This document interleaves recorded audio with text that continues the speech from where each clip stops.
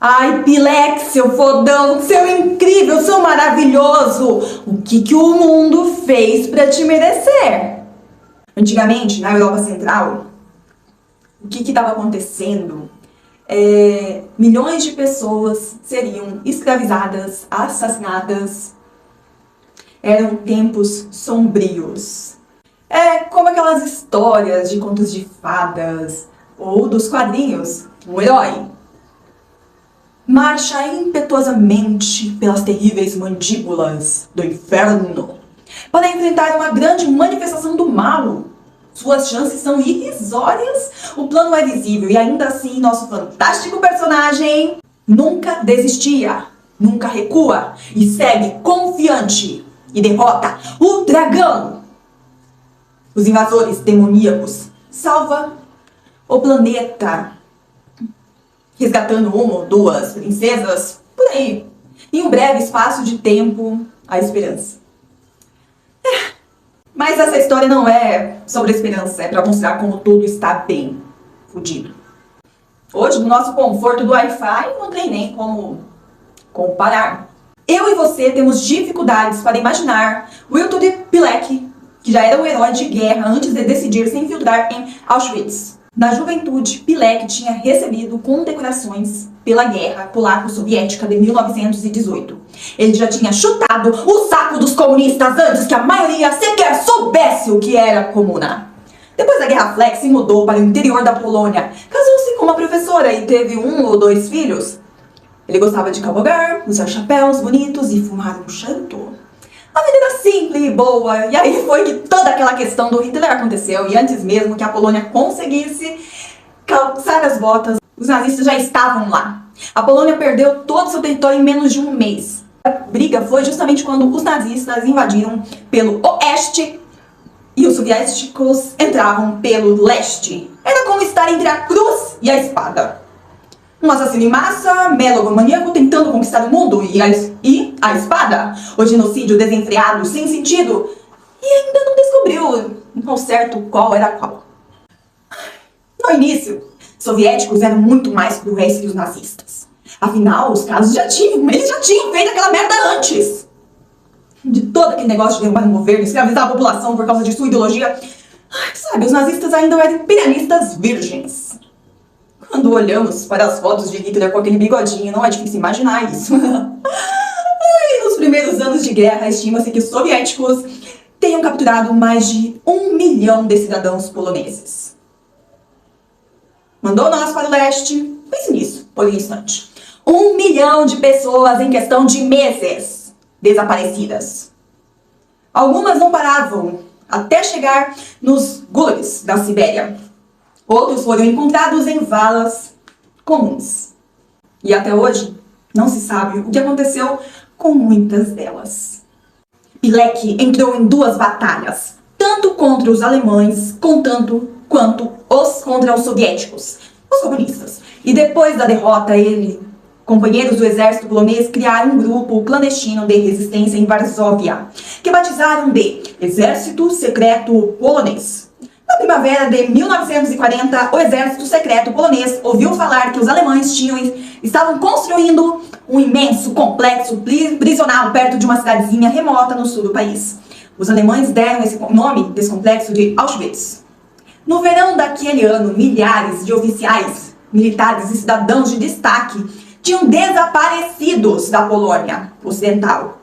Na resistência, surgiu o temor que ocorreu no leste soviético, pelos soviéticos, tivesse se repetindo no oeste. Pilek e o grupo suspeitavam que em Auschwitz, uma prisão do tamanho de uma pequena cidade, estava envolvido nesses desaparecimentos. E talvez já abrigasse milhares de antigos soldados poloneses. Foi aí que Pilek se ofereceu para entrar às escondidas nesse complexo. No início, o plano era se infiltrar, ele ia se deixar ser capturado, ele iria se infiltrar, organizar um motim para todos se revoltarem e eles conseguiriam escapar desse campo. A missão era tão suicida que praticamente daria no mesmo se ele tivesse pedido permissão ao comandante para beber um balde de água sanitária. O superior achava que ele estava louco e deixava isso bem claro. Mas com o passar das semanas, o problema só piorava. Milhares de soldados poloneses da elite desapareceram. A rede de inteligência não fazia ideia do que estava acontecendo. E tinham poucas chances de descobrir. Mas aí eles concederam que Pilek executasse o plano. Pilek permitiu ser preso. Ele violou o toque de recolher. Em pouco tempo ele estava sendo enviado para Auschwitz. Pelo que se sabe, ele foi o único homem a entrar voluntariamente num campo de concentração nazista. Quando chegou lá, percebeu que a realidade de Auschwitz era muito pior do que qualquer um suspeitava. Era comum um prisioneiro serem mortos por transgressões mínimas, como se mexer ou não ficar em pé direito. Infinitos homens trabalhavam literalmente até a morte, e muitas vezes em tarefas inúteis, sem importância. No primeiro mês de Pilek, 30% dos homens do seu alojamento morreram de exaustão, ou pneumonia, ou foram assassinados a tiros. No final de 1940, Pilek era um super-herói de quadrinhos e tinha conseguido de alguma forma, de alguma maneira, montar uma operação de espionagem. Gente, não tinha internet, Wi-Fi, não tinha. Ah, Pilek, seu fodão, seu maravilhoso, seu incrível, como que você conseguiu montar uma rede de inteligência enviando mensagens pelas cestas de roupa suja? Como você conseguiu fazer um rádio transmissor com pilhas roubadas, sucatas de pilhas roubadas? Pilek transmitiu com sucesso para o exército secreto polonês e contou os seus planos, como que ele criou raízes de contrabando para levar comidas e roupas aos prisioneiros, salvando inúmeras vidas. Gente, ele salvou inúmeras vidas. Ele trouxe esperança num deserto. O que o mundo fez para merecer você, Pilek? Durante 2 anos, Pilek desenvolveu uma unidade de resistência dentro de Auschwitz. Havia uma cadeia de comando com classes oficiais, uma rede logística, linhas de comunicação com o mundo exterior. Tudo isso passou quase 2 anos despercebidos pelos guardas da SS. O objetivo final era fomentar uma imensa revolta dentro do campo, com ajuda e coordenação de fora. Ele acreditava que poderia planejar uma fuga em massa, derrubar os guardas da SS e libertar dezenas de milhares de guerrilheiros poloneses altamente treinados. Ele enviou seus planos, relatórios para Varsóvia e passou meses esperando, passou meses sobrevivendo. Mas então chegaram os judeus em ônibus. Logo estava dezenas de milhares de judeus. Um oceano de morte, de desespero, sem dignidade. E eles foram forçados a entrar em alojamentos de chuveiros onde eram envenenados com gás e tinham os corpos incinerados. Vale de ossos. Pilek enviava ao mundo exterior num tom de desespero sobre os assassinatos, dezenas de milhares de pessoas que eram mortas todos os dias. A maioria judeus. E a contagem dos mortos talvez chegasse à casa dos milhões. E ele implorou ao exército secreto polonês que libertasse o campo imediatamente. Ele disse, se não fosse possível libertar o campo, ao menos bombardeasse o complexo, pelo amor de Deus, que pelo menos destruísse as câmaras de gás. Pelo menos isso. O exército secreto recebeu as mensagens, mas achou que era exagero de Pilek. Ninguém imaginaria que poderia existir gente tão escrotas. Mas Pilek foi a primeira pessoa a alertar o mundo sobre o Holocausto. Suas informações foram enviadas para vários grupos de resistência na Polônia, depois para o governo polonês exilado no Reino Unido, que então repassou os relatórios para o comando aliado em Londres. As informações, por fim, chegou a Eisenhower e a Churchill. Eles também acharam que Pilek só podia estar exagerando.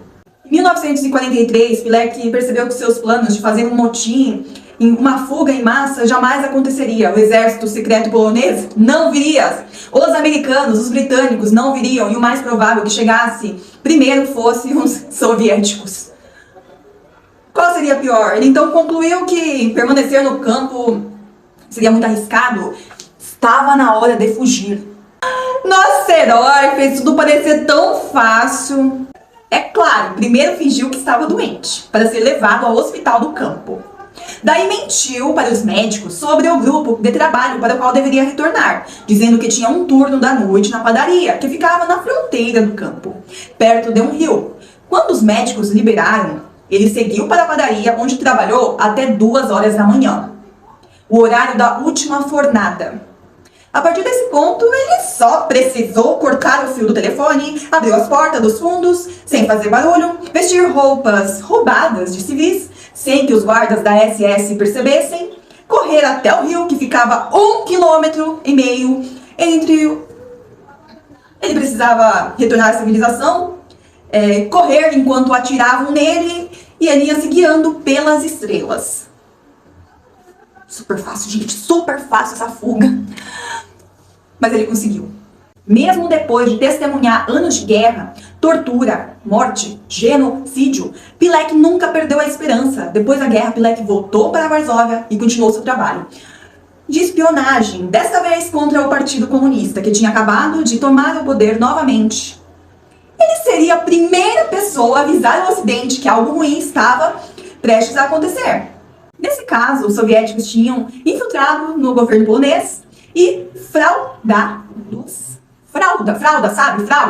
no processo de escolha do presidente, ou sei lá o quê, e ele seria o primeiro a documentar as atrocidades soviéticas cometidas no leste durante a guerra. Desta vez, Pílek foi descoberto e avisado de que seria preso, ele teve uma chance de fugir para a Itália.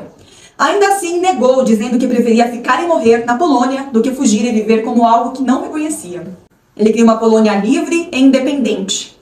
Era a sua única fonte de esperança. Naquele momento, sem isso não era nada. Por isso, os comunistas capturaram em 1947 e não pegaram leve com ele. O nosso herói foi torturado por quase 1 ano, de forma tão brutal que a esposa disse que Auschwitz foi moleza em comparação. Mesmo assim, ele jamais colaborou com os interrogadores, com os comunistas. E aí, percebendo que não ia tirar nada, nenhuma informação, os comunistas decidiram transformá-lo em mártir, em exemplo. Em 1948, fizeram um julgamento e acusaram Pílek de tudo que se possa imaginar. Falsificação de documentos, violação do toque de recolher, até espionagem e traição. 1 mês depois, ele foi considerado culpado e sentenciado à morte. No último dia de julgamento, Pílek teve permissão de falar. Ele declarou que sua lealdade sempre foi à Polônia e ao seu povo, e que nunca prejudicou e nem traiu qualquer cidadão polonês. Portanto, não se arrependia de nada. Ele concluiu dizendo: tentei viver minha vida de forma que no momento da minha morte eu sentisse alegria, não medo. Bom, se vocês gostaram, curte, compartilha e se inscreve no canal.